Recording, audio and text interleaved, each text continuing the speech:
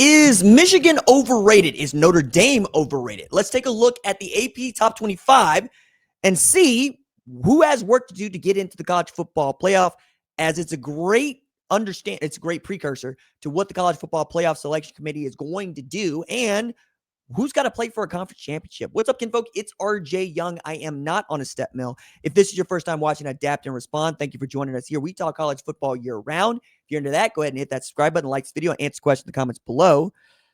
Where do you think Michigan should fall in the AP Top 25? Where do you think Notre Dame should fall in the AP Top 25? Let's take a look at what it is and see where it lands.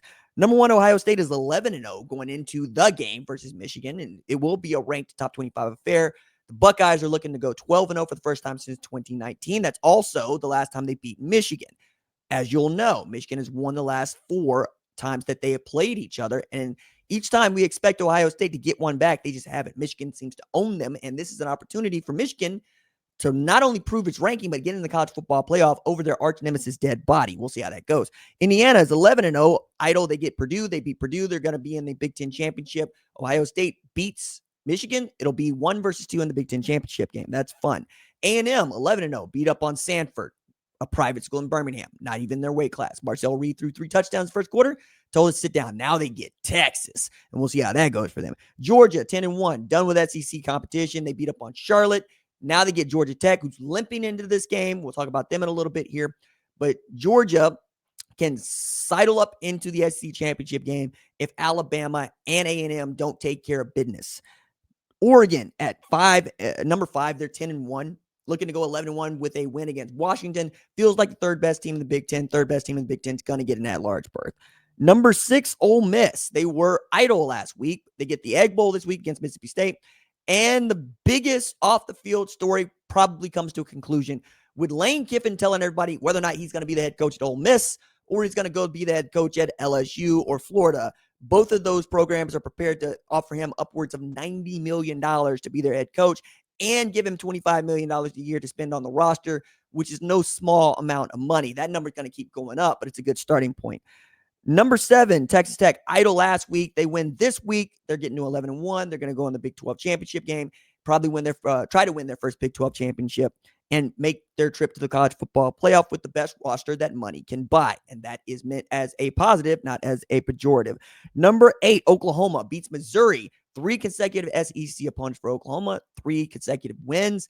They gave Oklahoma the murderer's row in the SEC schedule. It turned out Oklahoma was a killer itself. Number 9, Notre Dame. Dog, what for? Why?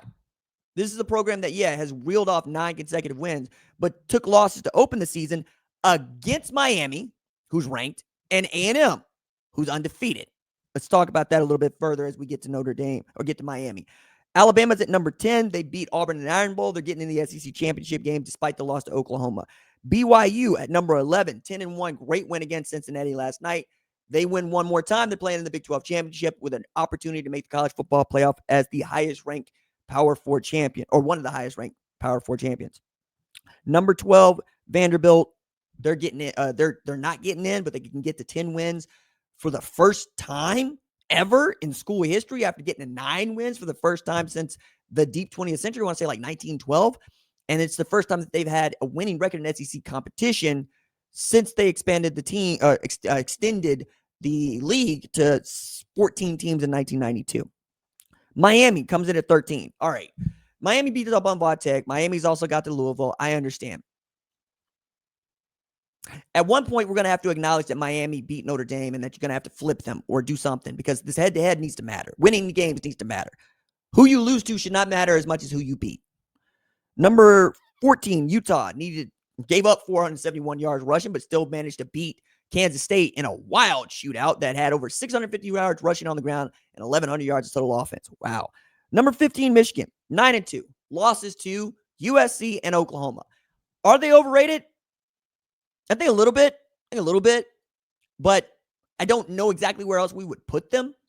Now, they beat Ohio State. They get to tell everybody in the world, see, we were not only ranked not where we should be, but we're a better football team than you think, with an opportunity to go win a national championship for the second time in 2 years. Are they gonna? I don't think they're that deep. I don't think they're that good. I saw the game against Oklahoma. You saw the game against Oklahoma. Ohio State's a better football team than Oklahoma is. Just is the fact. Now, will the Ohio Stateism of it get to them? Like, this is a wild game to think about because Michigan shouldn't have been in last year's game or the year before, frankly, and yet ran right through Ohio State and has since 2021. Some rectifying need to happen if somebody want to get their gold pants, is what I'm saying. Texas at number 16 beats up on a bad Arkansas. Could finish at 9-3 if they can beat A&M. They beat A&M. Maybe they got a shot at making the college football playoff, depending on what A&M does or doesn't do. Virginia at number 17. They beat Vatech this week. They're getting into the ACC championship game. It's that simple. Be a 10-win program.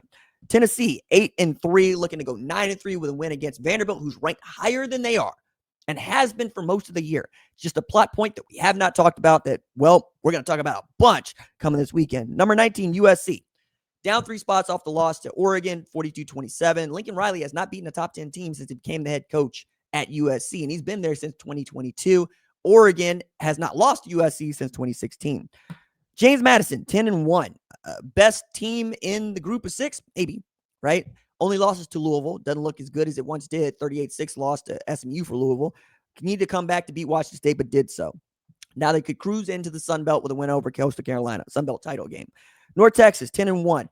One of the best offenses, if not the best offense in football. I think they score more points and put up more yards than anybody else in the sport.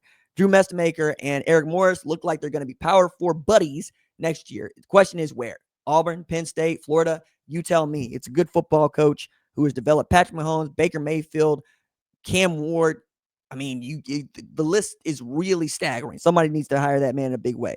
Tulane, 9-2, could end up in the American Championship game. We'll see. Georgia Tech falls 8 spots off of getting thumped by Pitt. Went down 28-0 in the second quarter, 21-0 in the third. Didn't come back from that. Feels like they're limping into that game against Georgia. Pittsburgh is at number 24, even though they beat Georgia Tech. Make that make sense to me, AP, because it doesn't. Head-to-head needs to matter here. SMU is 8-3. They can get into the ACC championship with a win against Cal this weekend. It's wild, right? They've been absolutely fantastic in ACC competition since joining the league.